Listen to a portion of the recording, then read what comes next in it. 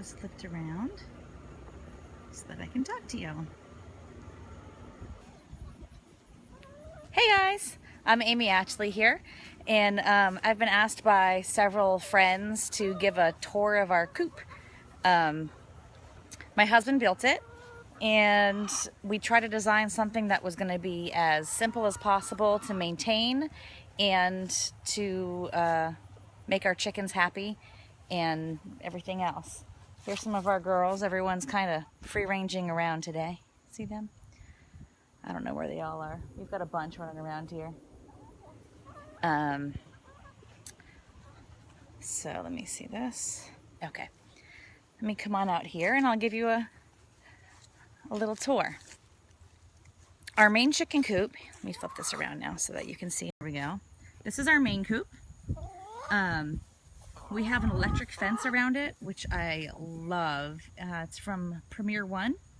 And we have a solar panel attached to the battery so that it stays charged and we don't have to use electricity or have long cords across the yard.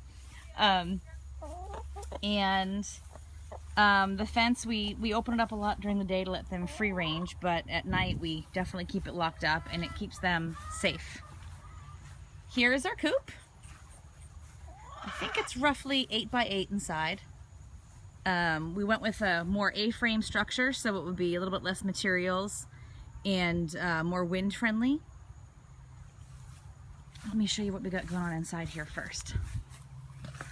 So in here we have a hanging bucket for water, which has chicken nipples in the bottom. I don't know if you've ever seen these before.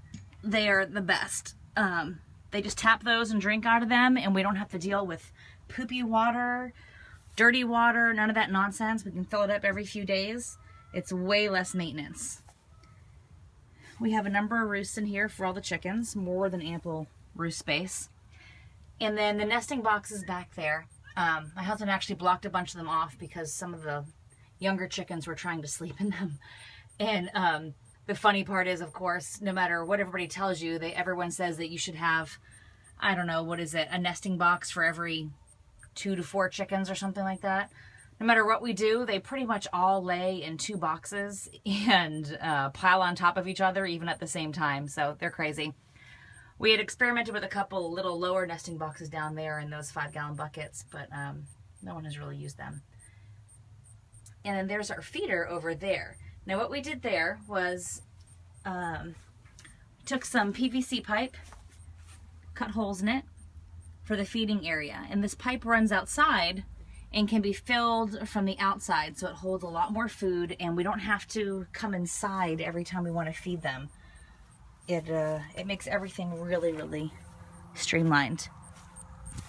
Now, we live in Southeast Virginia where it's pretty hot a good portion of the year. So what we did for ventilation and to keep the coop more airy is it has all hardware cloth along most of the bottom, which gives them excellent ventilation, keeps them cooler in the warm months. And then in the winter, all we do is put some boards over those to make it more, obviously warmer and less drafty when the cold weather comes. There's a couple windows here in the back for extra light and venting at the top, of course. And then to access the nesting boxes, we just have these here. Drop them down, look. Oh, did we disturb you? I'm sorry. And I've got a bunch of eggs to collect here today. Let's see what we've got. Lots of color. I'm waiting for my Morans to start laying. It's only a baby still, but I'm dying for those dark, dark chocolate eggs. Here is the outside of the PVC pipe that we saw inside. This top comes off. We fill this full of feed. I would say it probably holds a good 10 pounds in there.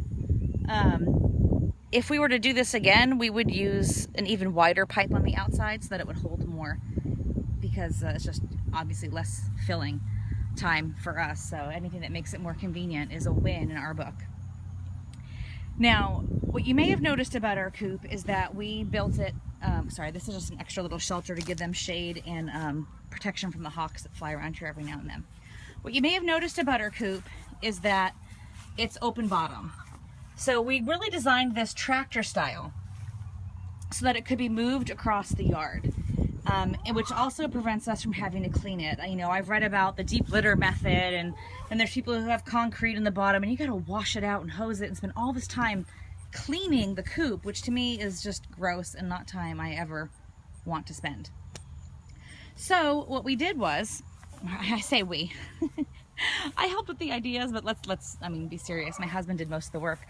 So he made basically axles on 4 points around the coop. And all we do is we have some tires that we bought at Tractor Supply. They're basically lawnmower tires, I think. They're about 10 bucks a piece on sale. You unscrew this nut right here, pop the tire on, screw it back on. We do it around all 4 sides. It requires kind of like a shovel being shoved under here to pop it up, but it can even be done by one person. You can put the shovel under, kind of step on it with your foot, and then pop that wheel on over there.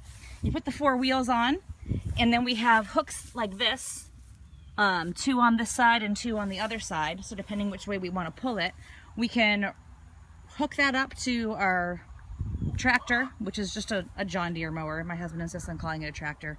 I call it a mower, but you know, semantics.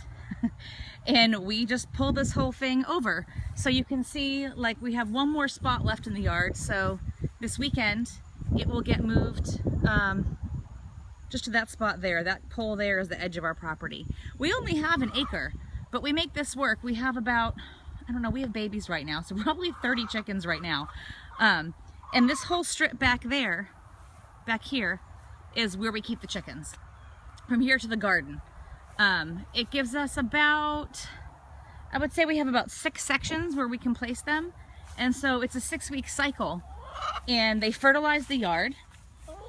And again, I don't have to clean the coop, so it's full of poop down there now. We'll move the coop over. That poop will wash away in the rain, soak into the ground, fertilize it, and then we just continue the cycle. Moving takes us probably about 30 minutes by the time you put everything together and move the fence over, but it's way less disgusting work than scooping chicken poop. And so you can see over here, you can kind of tell some of the places where the coop has been because they're a nice, darker, richer green. And sometimes we'll find patches of vegetables growing from whatever seeds they ate coming out the other end. Over here, this was our original tiny thrown together coop when we first got our first 4 chickens. We use it usually as a baby area now. So when we have babies, I have an incubator inside, and we hatch them in the incubator, obviously, and then I just move them to a clear plastic bin. We've drilled some holes around it for venting. I prefer the EcoGlow brooder from Brincy for a heater instead of the red heat light. Not only does it use less electricity, but it has way less, or actually no, risk of fire, and it mimics the natural life of being raised by a mother. And because they go under it and out of it as they please, and they really learn how to regulate their temperature better. So there's our current little brood of little babies right there. This one is not nearly as convenient, but we haven't spent the time or money to do something else yet. This little house and the run are separate pieces, but my husband has also put some little axles on this to make it easier to move too, just because it's a little heavy and awkward. One of these days we're going to build a much nicer version of this, but you know how it goes with money and chickens.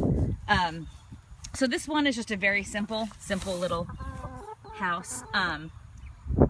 You can see here, there's just a little door here. This side flips up. I call it the head the head cutter offer, which isn't really a real phrase there, but you know what I mean. Okay, look out, girls. I need to shut this. We have to use a stick to prop this one up. It's not my favorite, but again, it still keeps working as a place to raise our babies. And that, in a nutshell, is the basics of how we keep our chickens. I hope you enjoyed this. See you soon.